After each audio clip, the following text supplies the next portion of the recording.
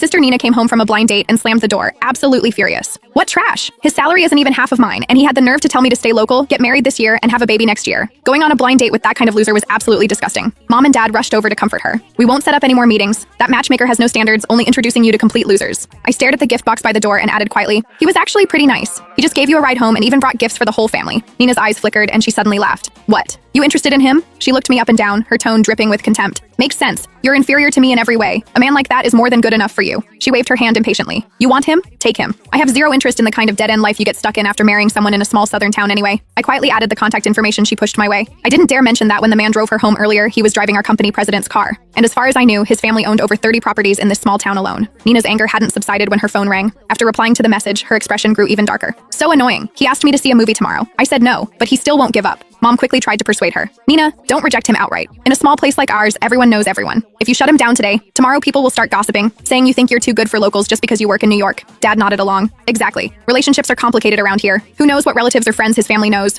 If you offend someone, it'll be inconvenient whenever you come back to handle things. Nina glanced at me, her tone patronizing. Sarah, you go tomorrow instead. Just help me deal with him. Don't mess it up. I didn't argue. I just nodded silently. No one asked if I was willing. In this family, I'd never had the right to say no. To avoid messing up, I stayed up all night researching the movie Rowan had suggested. The plot, the hidden meanings, the director's filming techniques. I filled an entire page with notes. The next day when we met, Rowan was clearly surprised to see me. I explained, Nina had something come up at the last minute. She asked me to apologize on her behalf. Then I casually mentioned a couple things about the movie. His eyes lit up. Since you understand film too, Miss Snow, the tickets are already bought. Let's not waste them. After the movie, he discussed it with me enthusiastically for quite a while. Dinner was his treat. It was relaxed throughout. None of the sleazy preaching Nina had described. Instead, he was very considerate, proactively serving me food and asking if everything was to my taste. After dinner, he suddenly led me into a nearby jewelry store and picked out 2 necklaces. Seeing the nearly $30,000 price tag, I froze and quickly tried to decline. He smiled and shook his head, paying for them. Last time I brought gifts in such a rush, I didn't have time to prepare something individual for you and your sister. You keep this one and please give her the other as an apology from me. I accepted the pendant, understanding in my heart that he still cared about Nina. After all, Nina was beautiful and an HR manager at a publicly traded company, a top student. As for me, I was decent looking at best, thoroughly ordinary, but I had no intention of giving the pendant to Nina just yet. When I got home, Nina glanced at my hands and snorted. Oh, he didn't buy you anything? I told you he was poor and cheap, takes you out and doesn't even know how to be generous. I ignored her and went back to my room to put away the pendant hidden in my bag. I just sat down when Snapchat popped up a notification. Rowan had accepted my friend request from last night. I touched up my makeup, put on the pendant, took a photo, and posted it to my feed. Less than 2 minutes later, Rowan liked it. Outside my room, Nina's complaints continued. Thank God I sent Sarah instead. Otherwise, he would have annoyed me to death. That broke loser actually thought he could chase me. He should take a good look at whether he's even worthy. Mom and Dad chimed in their agreement. Exactly. Nina's so outstanding, she'll definitely find someone better in the future. I think we should just let Sarah handle these things from now on. I leaned against the door, feeling nothing in my heart. I'd gotten used to it long ago.